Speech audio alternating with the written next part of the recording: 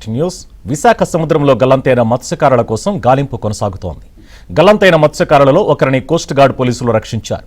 మిగతా వారి కోసం గాలిస్తున్నారు. కోస్ట్ గార్డ్ నౌకలతో గాలింపు చర్యలు ముమ్మరం చేయాలని సీఎం చంద్రబాబు ఆదేశించారు.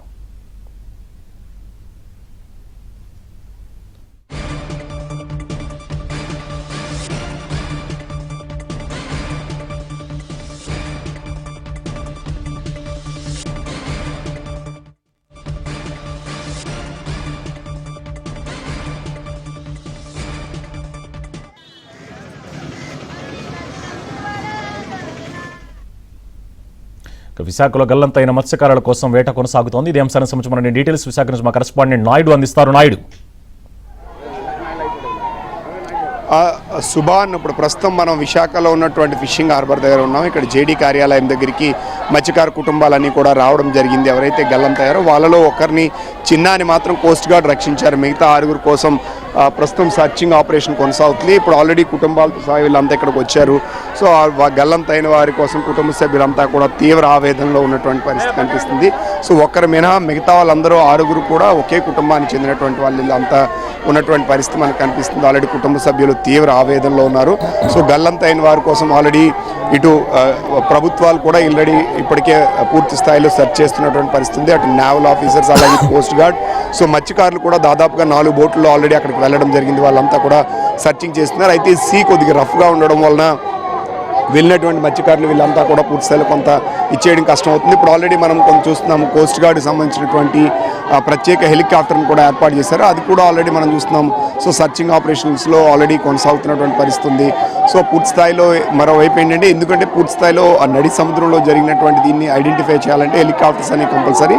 సో ఇటు నేవల్ అలాగే కోస్ట్ గార్డ్ కూడా హెలికాప్టర్స్తో వీటితో ఆపరేషన్ చేస్తున్నాయి. మరోవైపు సో మత్స్యకారులు కూడా కుటుంబాలంతా కూడా తీవ్ర ఆవేదనలో ఉన్నారు. వీళ్ళంతా కూడా వెళ్ళినటువంటి వాళ్ళు ఏమయ్యారు, గల్లంతైన వాళ్ళు సురక్షితంగా ఉన్నారా లేదా అనే ఆవేదనలో ఉన్నారు. ఒకరు మాత్రం క్షేమంగా బయటపడినటువంటి పరిస్థితి ఉంది. దీంతో సో కుటుంబ సభ్యులంతా కూడా వీళ్ళంతా కూడా భోగాపురం చెందిన వాళ్ళు 6 ఉన్నారు. ఒకరు భీమిలికి చెందిన వాళ్ళు ఉన్నారు. వీళ్ళంతా కూడా కుటుంబాలు ఇప్పుడు ఏమయ్యారు ఏంటనే ఆవేదనతో సో తీవ్ర దుఃఖంలో ఉన్నటువంటి పరిస్థితి అయితే ఉంది. దీనిపైన ఇప్పటికే రాష్ట్ర ప్రభుత్వం ముఖ్యమంత్రితో సహా అంతా ఆల్రెడీ నేవల్ అధికారులు కోస్ట్ గార్డ్తో మాట్లాడినటువంటి పరిస్థితి అయితే ఉంది.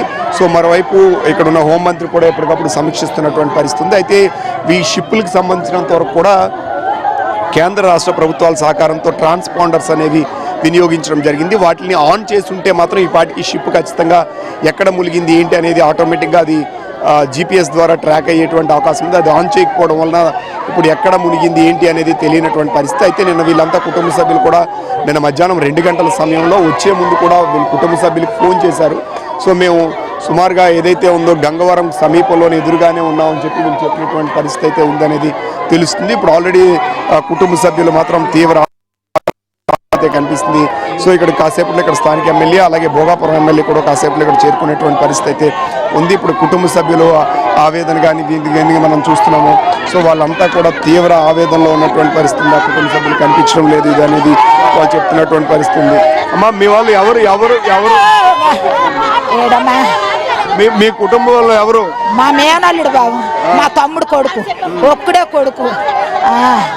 ఇదే ఏటకెళ్ళండి, 2 ఏటలకే వెళ్ళాడు.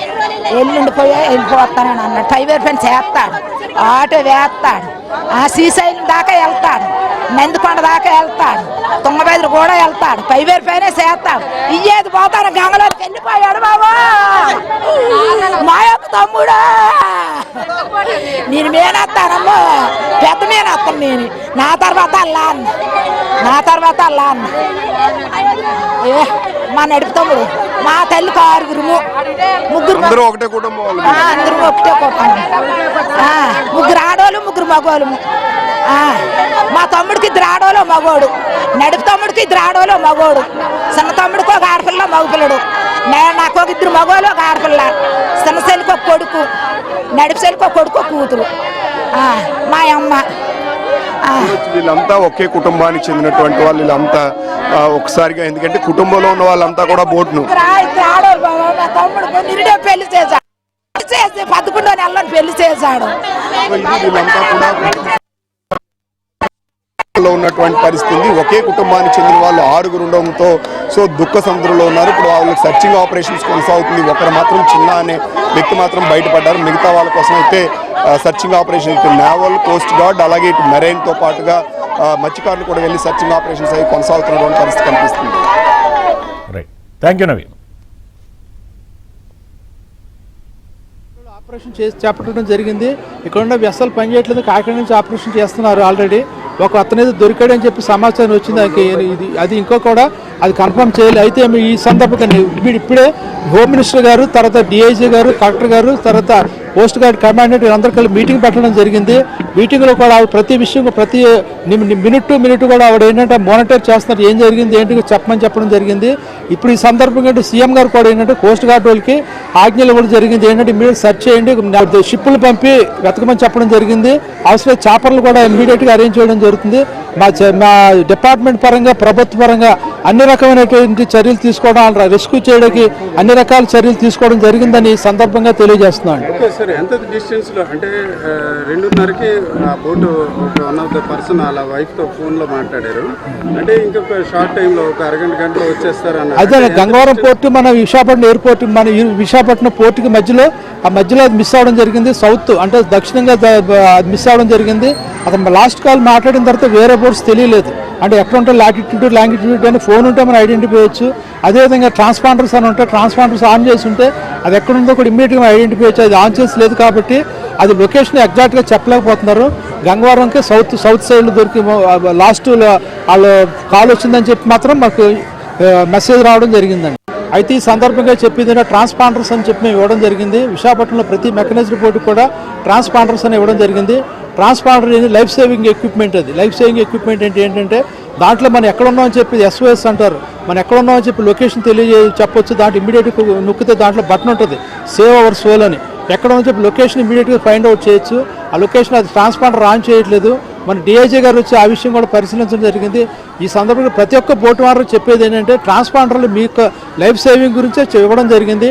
ట్రాన్స్పాండర్స్ ప్రతి ఒక్కరు కూడా ఆన్లో ఉంచుకోవాలి. ఇద్దరు VHF సెట్ల నుంచి ఆన్ చేశారు సార్. ఏమైంది మరి ఇప్పుడు? అది దాని గురించి ట్రాన్స్పాండర్ ఆన్లో లేదు అది.